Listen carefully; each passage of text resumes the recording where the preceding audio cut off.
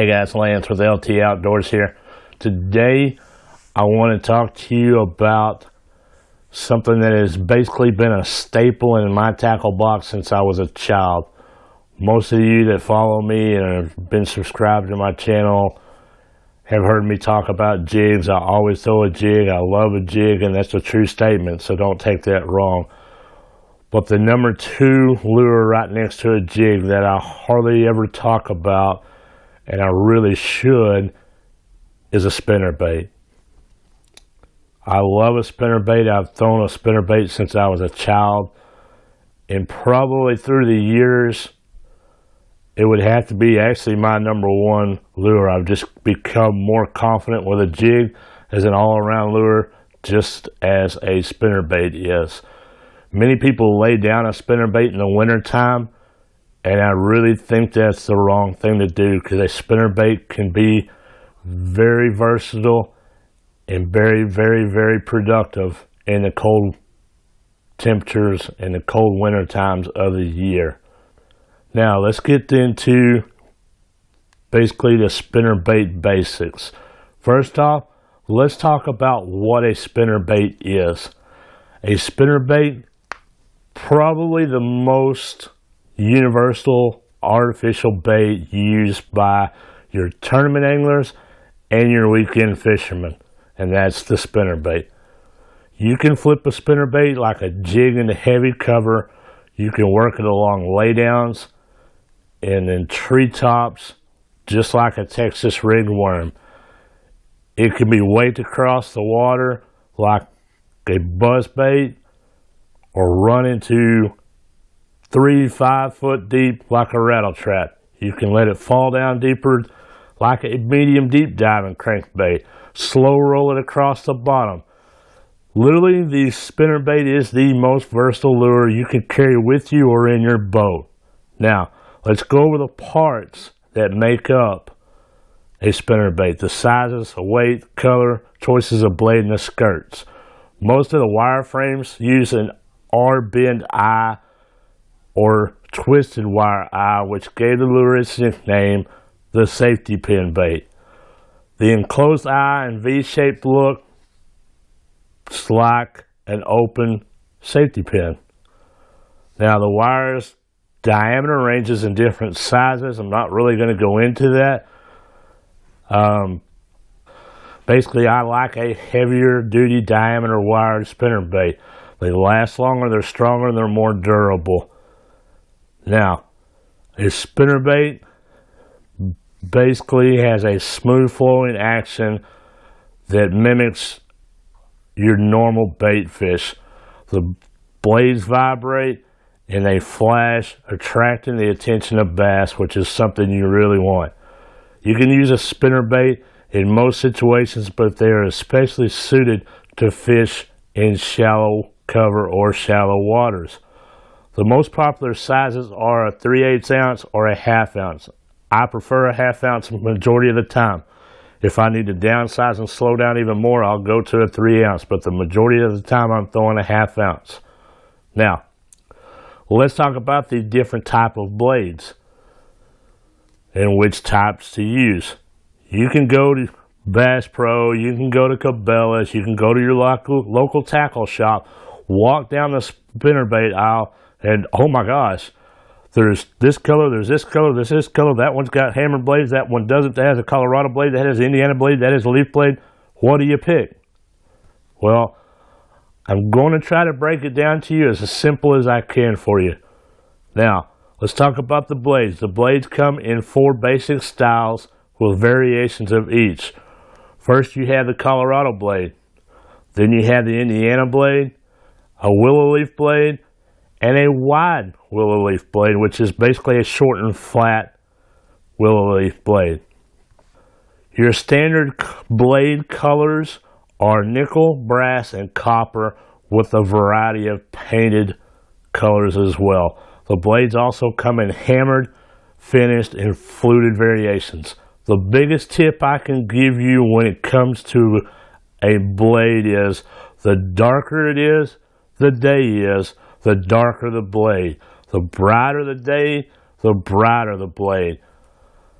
These are used in varying combination blade styles and colors, or just single blades. Typically, you'll find a double willow leaf blade, a willow leaf in a Colorado, a double Colorado blade, or a single willow leaf in single Indiana. The Indiana is also referred to as a thumper blade because it is great for slow moving and drop presentations. Now, when you need a vibration or flash, a double Colorado or willow leaf blade and Colorado combination is a great choice. A single or double willow leaf blade comes through grass, comes through hydrilla, better than any other combinations.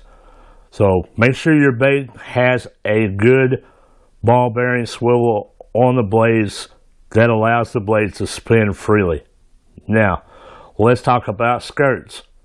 The skirts come in original rubber, silicone, and luminous materials, or in combinations of these materials. There are truly just like thousands of colors to select from. The scale looking type skirt material is available from just about every manufacturer in the market. The scales give the spinnerbait more of a bait fish like appearance. The spinnerbait basically should have a quality sharp wide gap hook.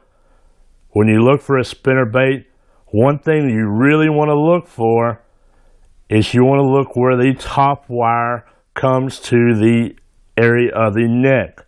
I will try to show you real quick. I had one laying here. As you'll see, if I can get that in the camera, this comes in towards the middle of the head. Nothing really wrong with that, but what you really want is for it to come into the back. When it comes into the back, that allows it to stand up straight and keeps it from falling over and losing its balance a lot more. Now, many people ask me, well, why don't you make your own spinnerbaits? I've made them before. Here's one I made from parts from Lure Parts Online a couple of years ago.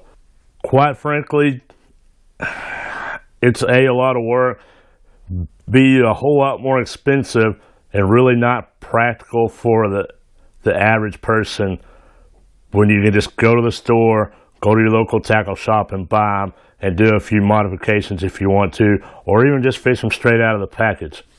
And yes, you can do some modifications to them. We will be doing a video over that in the future. Now, spinning baits come in and actually come in at 1/8 ounce up to 2.5 ounce weights. I basically use a 3/8 and a half. 99% of the time it's a 1/2 ounce.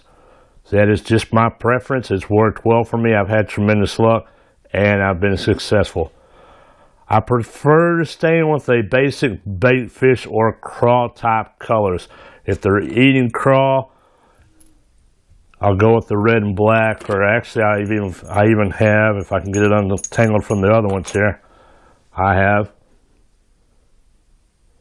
a crawl color. Early mornings or late evenings or night fishing, that's when I'm going to go to a black like this. White, chartreuse, and white and chartreuse are great colors. They're great starting points. If you've never thrown a spinnerbait, those are great colors to start with. If you add a little bit of flare of orange or red or blue, it will give you the advantage of difference to your bait over the white spinnerbaits that bass normally see. Now, if you're fishing muddy or really stained water, I would use a fire tiger type color. Red or orange is a good color when the crawfish are active, like right now, or coming into spring and in the springtime. The thing of it is everybody throws a spinnerbait. Most people lay a spinnerbait down in the winter. A spinnerbait can be a freaking bass fishing machine in the wintertime if it's thrown correctly. Throw it out, let it drop to the bottom, pop it up, and just let it drop, and slowly, I mean barely crank that reel, and just crawl it across the bottom, and slow roll it across the bottom. Where's your bass most of the time in cold winter months? They're on the bottom. Where's your bass during the summertime? Most of the times, if it's a grassy area, on the bottom in the grass. Run that thing right there on the bottom. that's where your productivity is going to come from. That's where you're going to get more strikes and more reactions from bass.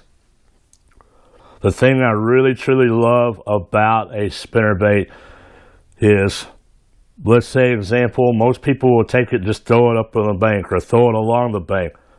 Well, why just do that? Throw it onto the bank for one. If it's a good clear area, we can throw it on the bank and bounce it back into the water. That way it makes it look like something jumping into the water off the bank. And a bass up shallow is going to be more to strike that. The other thing is you can literally take a spinnerbait and flip it like a jig or a Texas rig. I've done it many times. Flip docks with them, flip cover with them. It works great. Flip it out there. As soon as it hits the water, be on that reel and start cranking as soon as it hits the water. It's a great technique. It works tremendously well. The key to a spinnerbait is it is so versatile that you can use it in so many ways, but so many people only use it your general throw it to shallow cover or throw it along the shore and just spin it. Get outside the box and do something different with it. Don't be afraid to be different. Try new techniques. Try colors, then change. That change could give you the edge that you need to catch more fish.